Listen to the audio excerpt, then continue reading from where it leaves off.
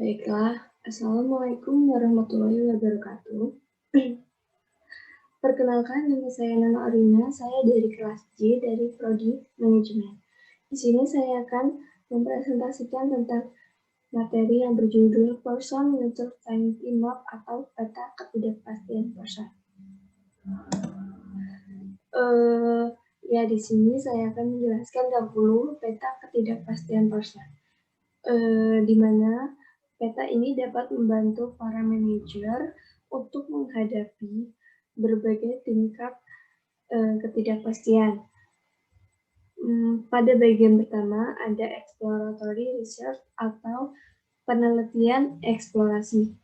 Yang kedua ada development engineering atau pengembangan teknik. Dan ketiga ada application engineering atau aplikasi rekayasa. Dan yang keempat ada combining market opportunities with technical capabilities, yaitu menggabungkan peluang usaha atau pasar dengan kemampuan teknis. Pada peta ketidakpastian person menyediakan kerangka kerja untuk menganalisis dan memahami ketidakpastian dan proses inovasi. Person menawarkan matriks ketidakpastian yang membantu para manajer untuk menghadapi berbagai tingkat ketidakpastian.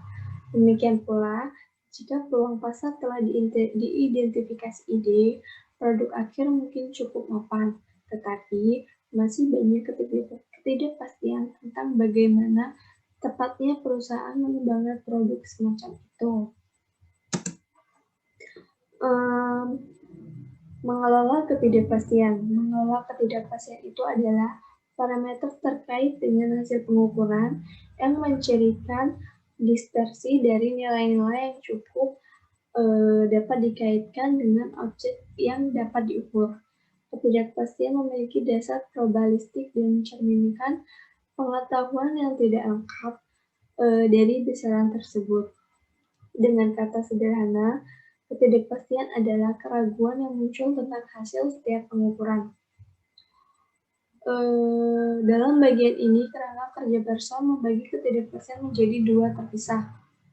Yang pertama, ketidakpastian tentang tujuan atau apa target akhirnya dari kegiatan atau proyek.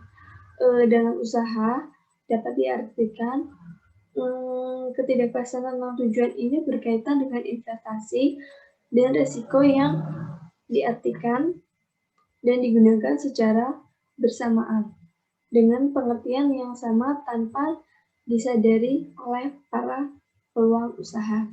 Dan yang kedua ada ketidakpastian tentang cara atau bagaimana mencapai target ini. Pada bagian pertama yaitu exploratory research atau penelitian eksplorasi, sering disebut dengan penelitian langit biru. Penelitian ini mengacu pada pembelajaran yang diperoleh melalui proses variasi bersama, bereksperimen, terencana, dan permainan eksplorasi melibatkan pergeseran ke lintasan teknologi yang berbeda.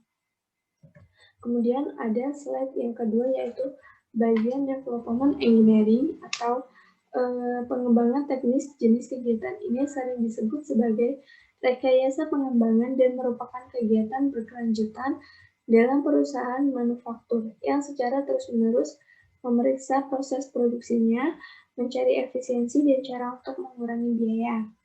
Dapat kita ketahui, development itu sering dikatakan sebagai developer, yaitu seseorang yang bertugas membangun sebuah sistem, merancang arsitektur, serta mengembangkan sistem tersebut di masa yang akan datang.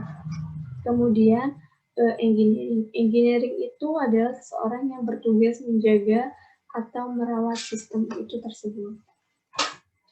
Kemudian ada bagian ketiga, application engineering, yaitu pada bagian ini ada ketidakpastian tentang tujuan. Biasanya ini terkait dengan upaya menemukan bagaimana teknologi dapat digunakan secara paling efektif. Pada saat ini diterapkan pada berbagai macam area produk yang berbeda. Banyak dari ini mungkin terbukti tidak efektif karena biaya atau kinerja, tetapi beberapa produk baru dan lebih baik akan muncul dari upaya ini. Kemudian ada bagian 4 yaitu combining market opportunities with technical capabilities, atau disebut dengan menggabungkan peluang pasar pada kemampuan teknis. Pada bidang ini mencakup kegiatan inovatif yang paling pasti dengan begitu banyak kepastian. Aktivitas merupakan kemungkinan besar yang akan dilakukan oleh kompetisi, karenanya kecepatan perkembangan seringkali menjadi kunci sukses di sini.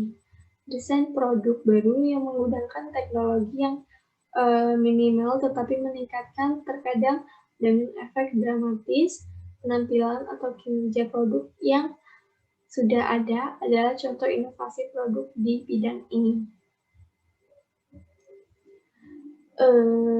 Bagian selanjutnya yaitu menerapkan peta ketidakpastian dalam praktiknya. Nilai peta ketidakpastian ini sebagian adalah kesederhanaan yang dapat digunakannya untuk mengkomunikasikan pesan yang kompleks, yang menangani ketidakpastian dan sebagai kemampuannya untuk mengidentifikasi berbagai karakteristik organisasi yang terkait dengan mengelola ketidakpastian sehubungan dengan inovasi. Sebagian besar organisasi memiliki aktivitas yang terletak di antara dua dimensi, yaitu yang pertama dalam dimensi ekstrim kuadran 3 dan 2. Ya, jadi kesimpulannya adalah pada peta tersebut menyampaikan pesan bahwa pengelola inovasi produk dan proses sangat berbeda. Kadang-kadang sifat pasar, sasaran, dan jenis produk yang dibutuhkan sudah jelas. Sebaliknya, ada saat-saat ketika sedikit jika kita yang diketahui tentang teknologi yang sedang dikembangkan dan bagaimana teknologi itu dapat digunakan. Pada area aktivitas inovatif, di mana ide dan perkembangan mungkin tidak segera dikenali sebagai di antara dua ekstrim ini terletak kuadran 2 dan 3. Dalam kuadran perekayasaan aplikasi, di mana bisnis sedang mengeksplorasi potensi penggunaan teknologi yang diketahui. Upaya manajemen berpusat di mana pasar akan dimasuki, sedangkan di kuadran teknik pengembangan keterampilan manajemen, proyek khusus diperlukan untuk memastikan bahwa proyek dapat dikirimkan atau dibatalkan sebelum biaya meningkat produk komersial. Sekian presentasi dari saya ucapkan terima kasih. Wassalamualaikum warahmatullahi wabarakatuh.